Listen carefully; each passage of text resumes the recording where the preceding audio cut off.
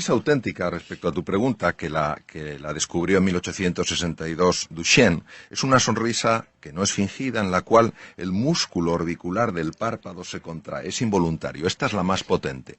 Sin embargo, incluso fingiéndola, no hablo de la sonrisa irónica, como me estoy riendo de ti, tal cual, sino haciendo ese esfuerzo por sonreír sin que te apetezca, ese arco que va al cerebro tiene literalmente la capacidad de cambiar estado emocional. Lo mismo que utilizar palabras positivas. En Boston se hizo un estudio, en el hospital donde yo estaba, se proyectaron unos slides que tenían palabras negativas, una serie de voluntarios. Estuvieron unos minutos observando las palabras negativas. Imaginaros, pozo, oscuridad, problema, dificultad, imposibilidad.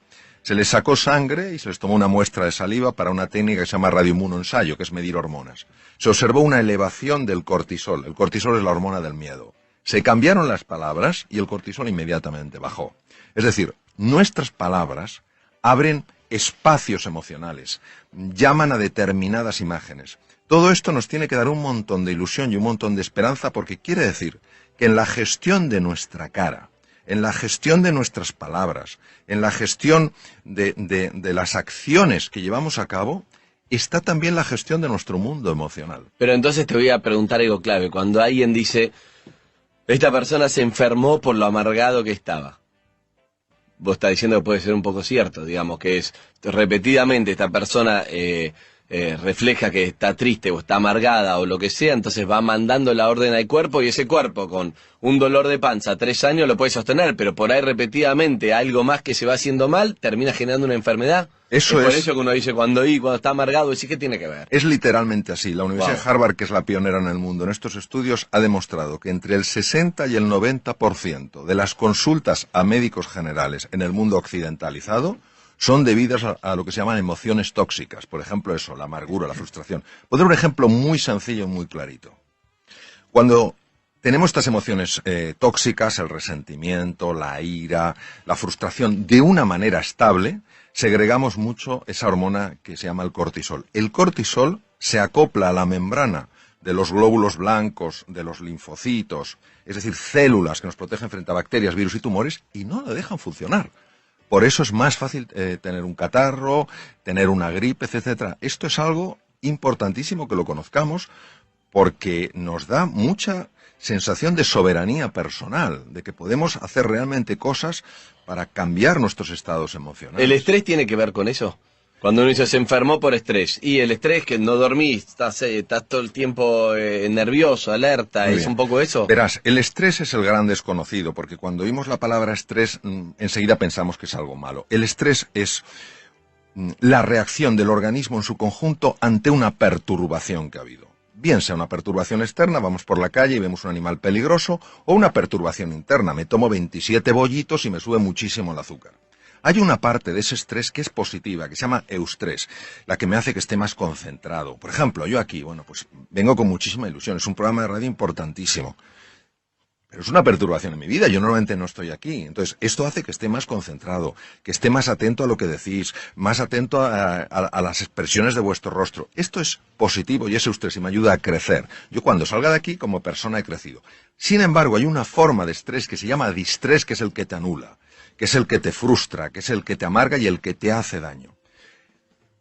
El distrés, hoy en día, se sabe que la causa número 1 es internamente, constantemente, estarnos hablando de una manera que, lejos de ayudarnos, lo que nos está es bloqueando.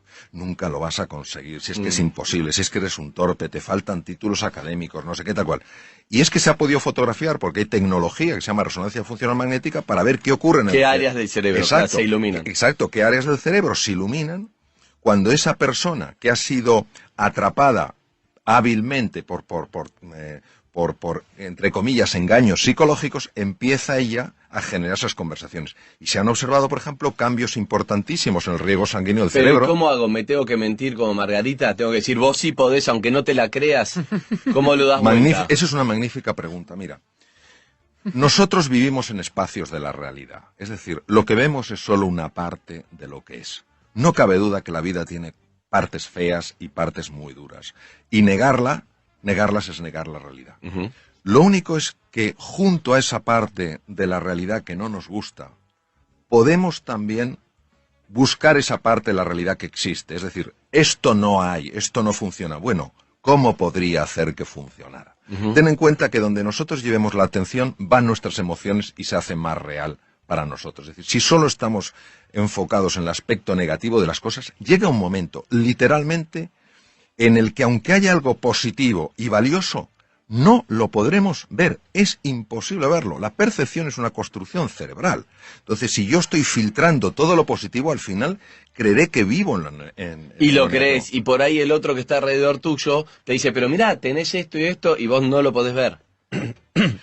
Aunque otro te diga, un tercero te diga, mirá esta realidad, bueno, todo sí. Es tu propia realidad que ya no Naturalmente, que sí, hay lo que se llama el sesgo de atención, es decir, cada uno tiene su sesgo de atención. Hay personas, por ejemplo, y antes os he estado escuchando que habláis de la mentalidad positiva, sí. Hay personas que viven en un mundo de oportunidad, no niegan la realidad de los problemas, tampoco niegan la posibilidad de las oportunidades. Y hay personas que viven constantemente en un mundo de amenaza.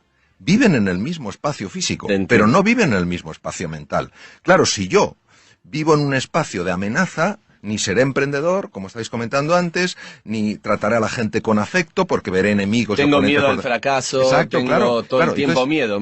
Y eso es la profecía que se autocumple. Si yo creo que hay oportunidades, encontraré una dificultad, tendré que lidiar con esa dificultad, pero yo no me concentraré, no llevaré toda mi atención al problema, sino también a la búsqueda de la solución, con lo cual es mucho más probable que la encuentre. Pero eso no es genético, no tiene que ver con la personalidad, es decir, soy una persona, hay personas que es como, voy para adelante. Yo hablaba con un amigo ayer, y que él no, le digo, pero vos cómo hiciste, fallecieron en 1 año y pico los 2 padres, ¿no? Cuando tenía 20 y pico.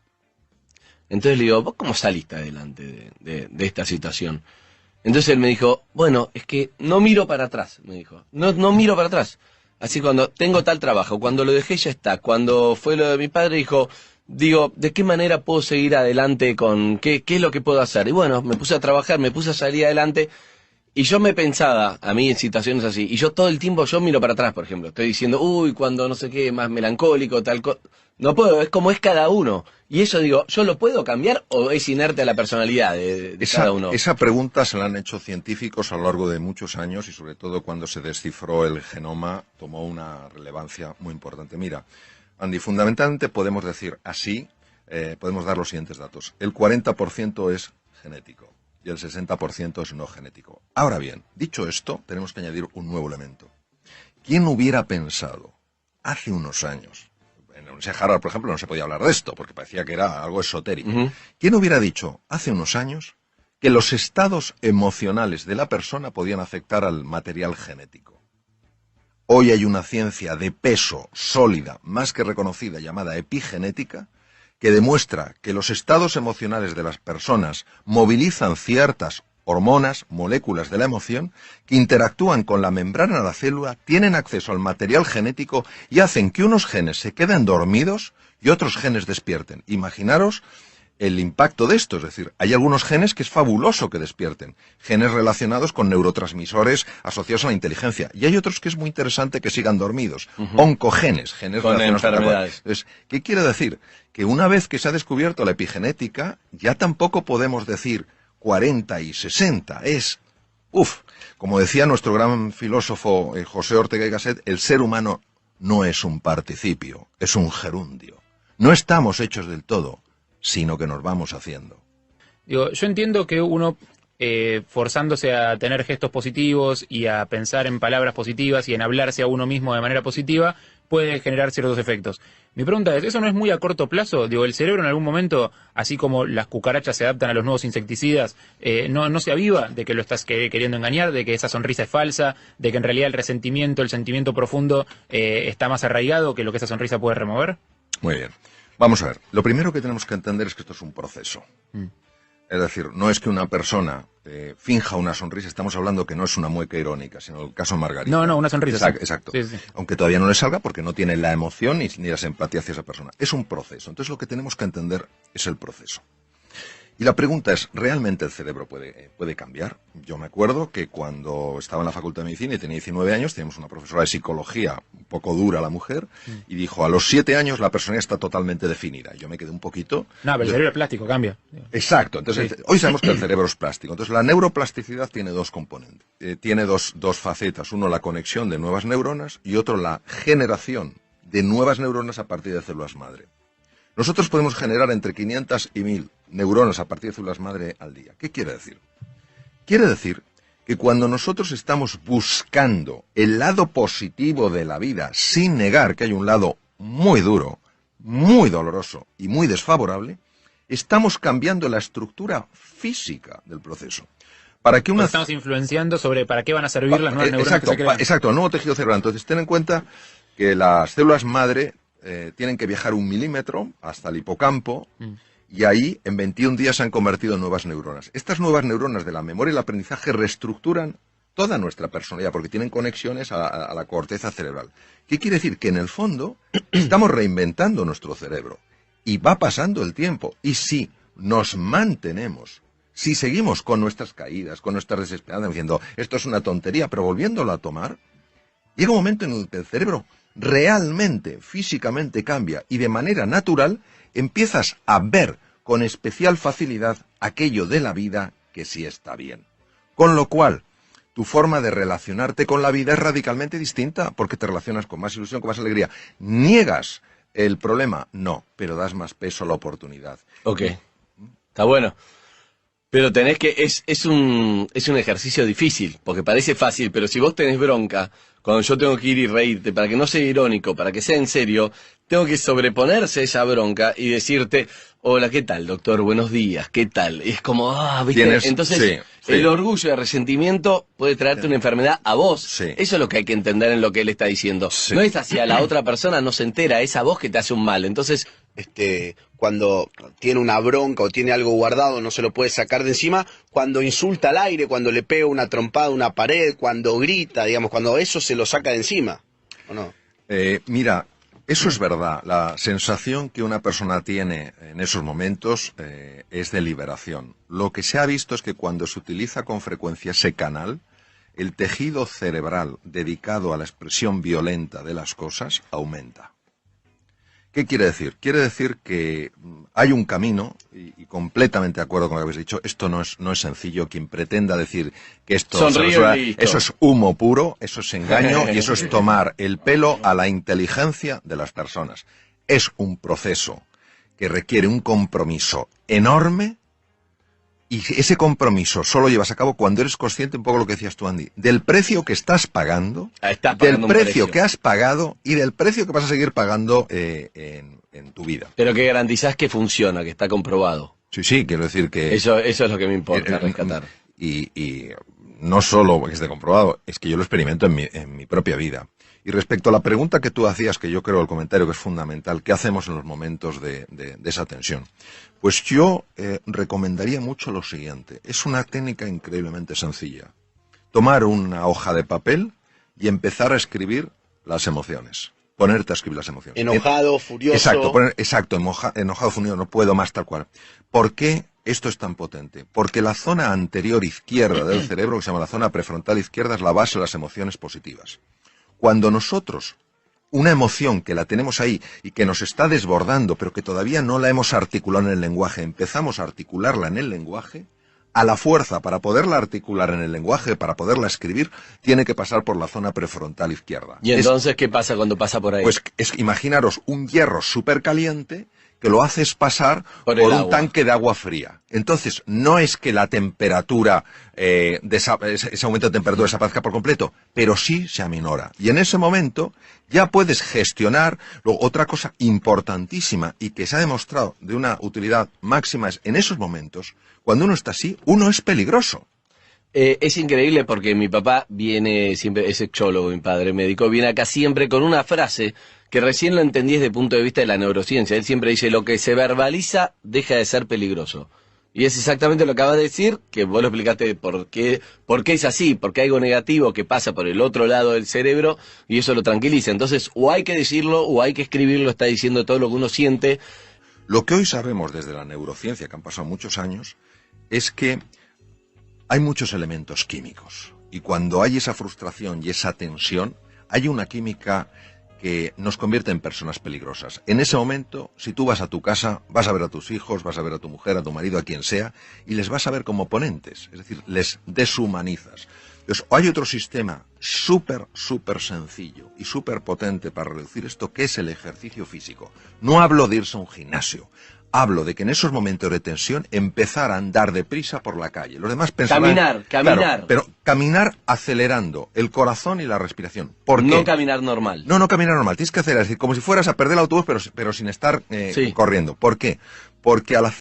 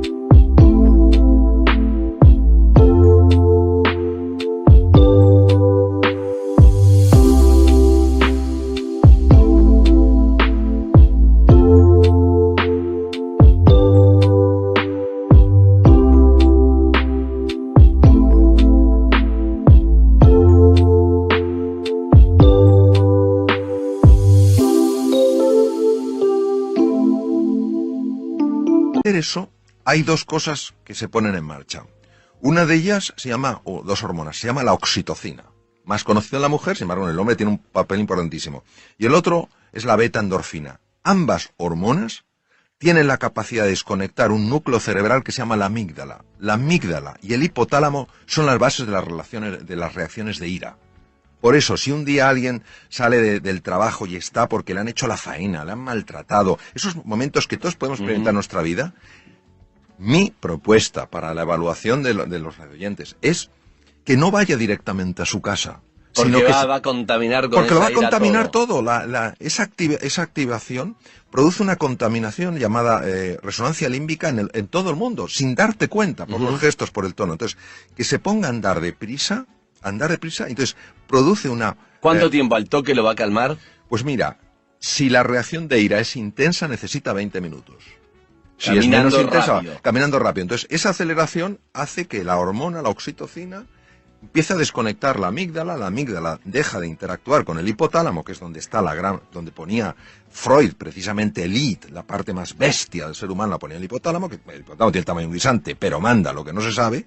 Entonces, la amígdala desconecta el hipotálamo porque a su vez ha sido desconectada por la oxitocina. Y te hago una pregunta para entender un poco esa bronca, porque lo mismo que en otro momento, suponete que mi jefe me maltrató. Hay días que no te hace nada y un día que se me activaron los cables y tengo una bronca que es la que vos decís. ¿De qué depende eso? Depende. ¿Qué es lo que se produce? Es una pregunta importantísima. Depende de cómo yo evalúe en ese momento lo que está pasando. Vamos a ver. Hay hechos que son objetivos. Es decir, si a mí se me cae la botella aquí, todo el mundo lo ve y se dice, a mí se ha quedado la botella. Pero hay hechos que hay un elemento que es subjetivo. Se cae la botella y yo mismo me digo, qué torpe soy. Eso es lo que genera todo el daño. Entonces, muchas veces, cuando somos hipersensibles a comentarios de los demás y nos enfadamos, es porque previamente nuestro diálogo interior nos ha estado poniendo la cabeza como una jaula de grillos. Lo que pasa es que como actúa a nivel inconsciente, nosotros no nos podemos... damos cuenta Exacto, y surge en ese momento. Exacto, no lo podemos oír, sí lo podemos sentir. Y hay que escribir entonces, todo el tiempo. Es importantísimo, es decir, es sencillo. Y aquí la prueba del algodón, como decimos en España, la prueba de eso es que se pruebe. Que Ahora, se prueben. Que se pruebe. Y empiezas A ver si el doctor es un vendehumo o no. Exacto, Que lo exacto. haga. Ahora, hay que hacerlo dándole una oportunidad al ejercicio. Ok. Es decir, hay que hacerlo en serio. No escribo 3 garabatos, esto no funciona. Ok. No, porque hay que tener en cuenta que la venganza, y voy a decirlo en sentido metafórico, es muy dulce. Okay. Ya es muy atractivo decir, este se va a enterar. Bueno, que sepamos que cuando alguien nos hace una faena en el coche, y tenemos toda razón para enfadarnos, a quien le sube la tensión arterial es a mí. Al que se le altera el sistema inmunológico es a mí. Es decir, es una forma, no digo de egoísmo, sino de sano cuidado de uno mismo. Se trata de conocerse para comprenderse y comprenderse para superarse. Vamos a ver. Hay veces en la vida en las que a nivel personal o profesional, con pequeños cambios vamos tirando. Eso no es reinventarse. Ok. Pero hay veces que a nivel profesional o personal tenemos que hacer cambios radicales, transformaciones profundas. Y en ese momento necesitamos aflorar de nuestro interior talentos, capacidades que no sabemos que tenemos y que son esenciales para dar ese paso. Es en medio de la noche, cruzando el desierto, saliendo plenamente de la zona de confort, de nuestra zona conocida, de nuestro status quo, cuando descubrimos verdaderamente la realidad de quiénes somos. La reinvención no quiere decir que te tengas que cambiar una persona, convertir en una persona distinta. Eres fantástico con quien eres.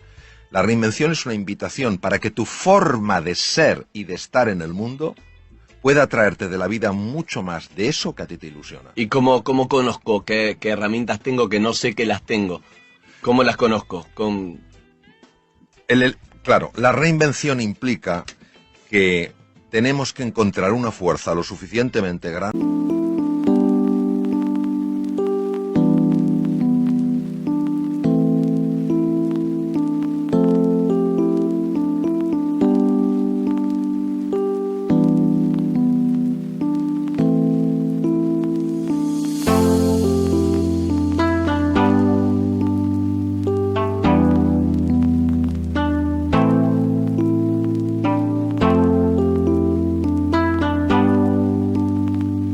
Para salir de la zona conocida, la zona de confort. De la zona de confort. Hay veces que uno lo puede elegir o hay veces que la vida te lleva a eso. Exacto, exacto. Entonces, de la zona de confort se pueden salir de dos maneras. Uno, la vida te saca. Ya está, estás fuera. Con lo cual, no tienes más remedio que hacer. Que ponerte en marcha. Y otras veces, cuando tú escuchas algo, lees algo, ves algo que te inspira para darte cuenta de que hay algo más grande que eso que tú estás viviendo. Y entonces, desde la fe, es decir, desde el convencimiento de que hay un mundo mucho más ilusionante el que puedes vivir, das el paso.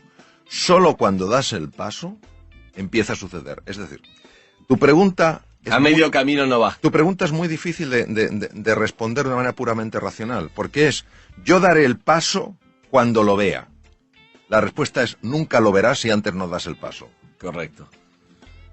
Hay que ir al vacío, es el famoso vacío. Eso es. Ir al vacío, no hay ninguna garantía, no sé, mandarse. Pero es difícil, porque uno como que no podés. Claro, como cuando sos nene no podés dejar de andar con rueditas, cuando tenés que tirarte una pileta, un trampolín y te da miedo, ese vacío es difícil, doctor. Bueno, ¿cuáles serían tus 5 conceptos, 3, lo que quieras de resumen de todo lo que hablamos, digamos, para llevarme a conclusiones?